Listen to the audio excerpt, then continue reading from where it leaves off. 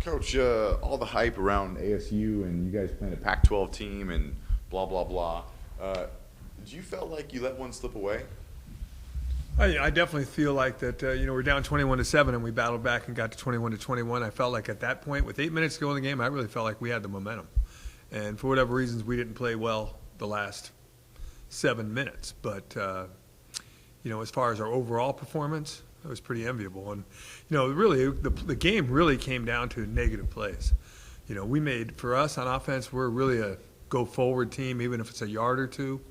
We had 14 plays that went backwards. And a couple of them in that last 7 minutes at crucial times. 3rd and 4 went to a 3rd and 9. 3rd and 6 went to a 4th and 8. We 4th and 2, I'm going for it in those situations. 4th and 8, I'm not. But it was 21-21, and it was 3rd and 6, and it would have been about a 49-yard field goal, which I would have kicked.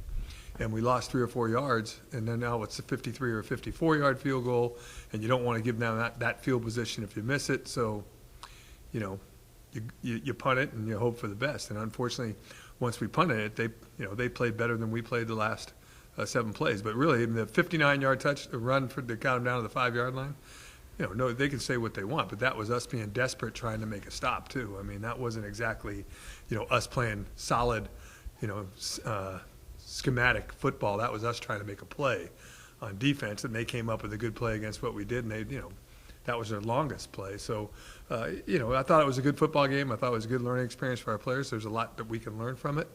But did it slip away? I don't know. I mean, I think it was a good competitive game, and, I think at the end, they probably deserved it more than we deserved it at the end.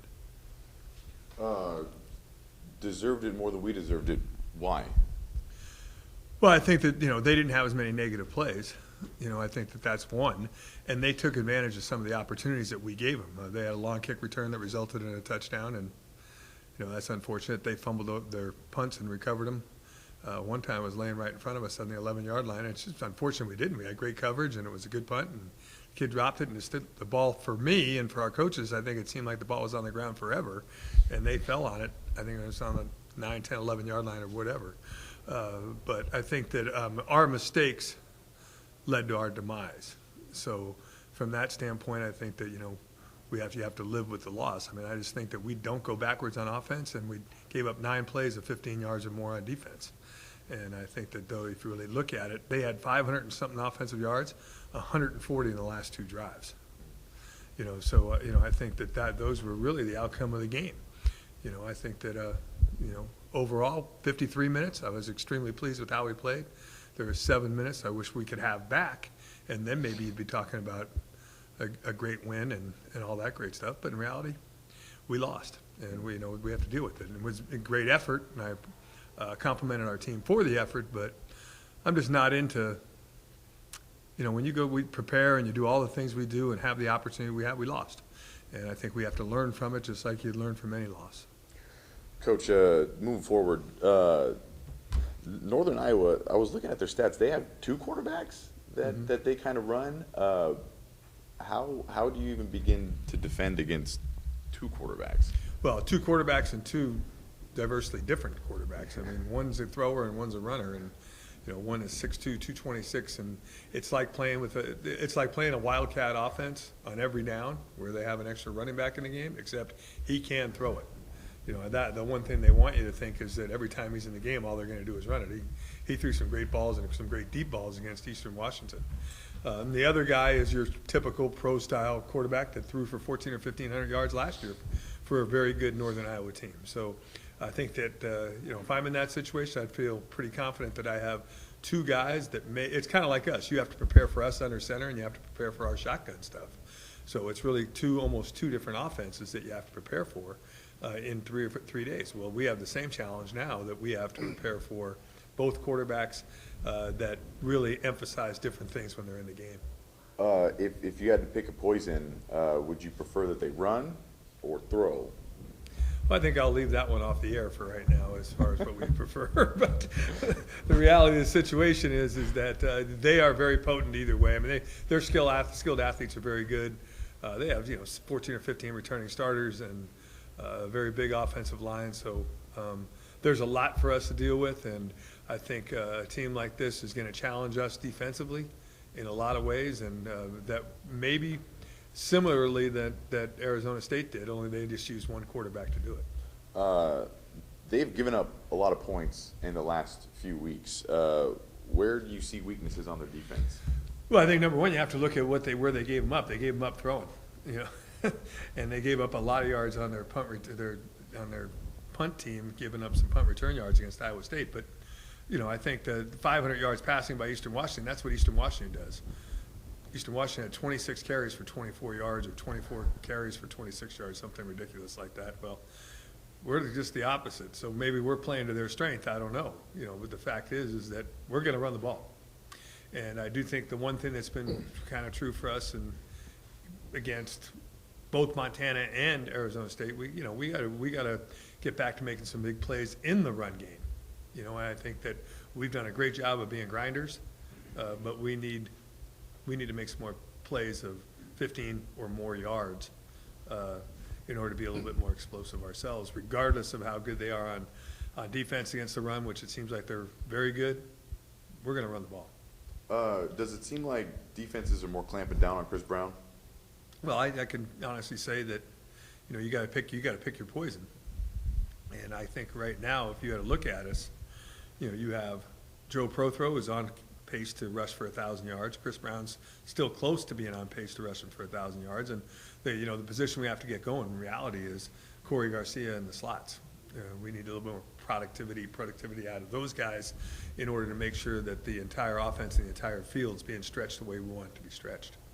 Coach, back at home, with the way you guys played against ASU, how nice is it just to be back at Spanos Stadium? Well, I think the oldest saying that you have is that you got to win at home, and in our conference, it's true every single year. The team that plays the best at home usually is going to be a team that's still playing in November and December. And this game, people don't, you don't want to point too far ahead, but in reality, this game has implications for the national playoffs, whether it's us and them or just our conferences, to be honest with you. I mean, the two best conferences in the country are the Missouri Valley Conference and the Big Sky Conference. They just had a great win against Eastern Washington. Montana had a great win against North Dakota State. We had a great win against Montana. This shapes up to where maybe one conference gets 4 or 5 teams in and one conference only gets 2 or 3 in.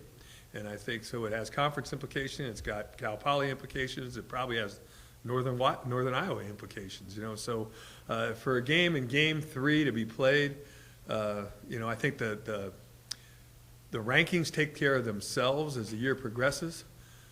But you got to take care of yourself when you have the opportunity to take care of yourself, and we have the opportunity to take care of ourselves at home against Northern Iowa. So I'd much rather be playing here than there. Let's put it that way.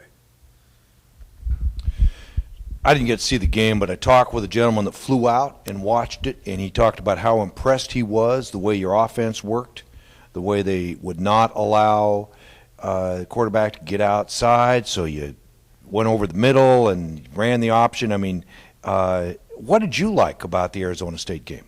Well, I think the beauty of the option is that it's pretty tough to take all 3 of them away. And we think we're pretty potent at all 3 areas. And like I said, do we want to get to the perimeter a little bit more? We probably do. But, Joe Prothro, we knew when we recruited him, he was the Northern California Offensive Player of the Year out of high school, that we had somebody that could be something special. And he's running that way. And Jared Muhammad behind him is doing an outstanding job. But most importantly, if you're watching the film, what was impressive is how fast and how quick we looked on the offensive line. And to be honest with you, I don't think they liked it too much. And I think Coach T did a good job. But, Chris Brown, he was reading. He probably read 60% of those plays, and he made some really good decisions on who was getting the ball. And it's tough on offense because we have to create that mentality each and every year with our team that 3 yards is a good play.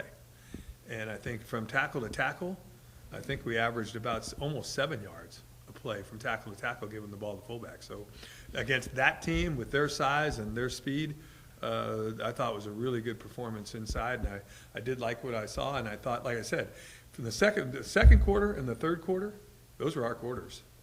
And going into the fourth quarter, I thought we had the momentum and really could take charge of the game. We had 2 pretty good drives from that point on.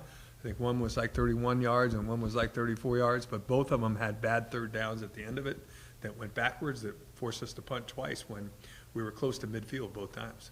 And I think that those stops And their ability to get the stop and make something happen really was the difference in the game. Mike says the crowd seemed a little stunned as the fourth quarter opened and you're tied with them, but that you looked very calm. I know in our discussion last Tuesday, you'd said you'd coached in the Pac-12. So you were familiar with this whole thing. Well, and like I said after the game, people can say what they want. Playing at the University of Montana is a tough place to play, and no offense to Arizona State and their bigger stadium and all that stuff, the Montana fans are louder, and it's a tougher place to play overall because they stay with it the entire game at Montana. I mean, the only time you can get them is at the beginning of the third quarter because they all go back out in the parking lot and do their thing, and then you can take advantage of that 5 or 6 minutes. But the reality is that that's the loudest stadium as I've coached in because the fans get it. They totally get it, and I think, like you said, I think the Arizona State fans showed up and said it's Cal Poly. And they were, yeah, let's go. And they got kind of loud there when it was 21-21, but the reality of the situation was I don't think the crowd bothered us at all, and I think it's because of the preparation. And so many of our guys have played at Montana and played at some other places where there's been some folks. So I think that it was just more exciting for our team than anything else. And I think we were well prepared to do our deal there. What do you think of the ratings? I noticed like the coaches poll, they've got you like number 18, but they got Montana up at number 7. What do you think of those? I hate to say it, but the polls are for our players and our fans. Those are the two people that really care about them. I mean, as a coach, it's going to take care of itself at our level. It really will. By the time we get to the middle of October and towards the beginning of November, it's going to start looking like it probably should look. And as long as you maintain what you're supposed to do, you'll be taken care of. But like I told our team today, I said, you know what you can take care of? This Saturday. And if you take care of this Saturday, respect comes with that. And I said, respect's an earned thing. It doesn't come because you beat Montana. It doesn't come because you played Arizona tough. It comes because you beat the teams that we have on our schedule, which is a challenging schedule. But I think our players are embracing the opportunity that they see that they can create if we can continue to play well and win football games the next couple of weeks.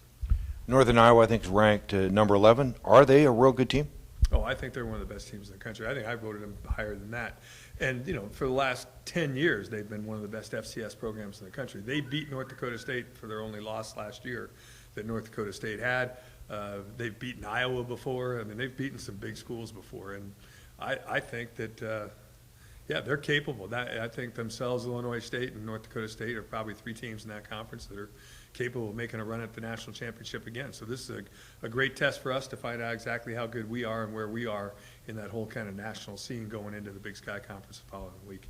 One last question. B.J. Nard, first game, intercepts 3 passes. Last game, 8 tackles. I mean, boy, is it surprising you how well he's doing after being out for so long? It's surprising. But I think when we recruited him, we were really kind of shocked that we were able to secure him as a recruit. And then with the injuries, it put some doubt in everybody's mind, probably BJ's as well, as to whether he can ever be the guy we thought he could be. And his want to has been incredible. I think it was interesting this year. In 2 days, he got hit during one of our practices, and he kind of laid on the ground like, oh, and I said, oh, he did get hurt again.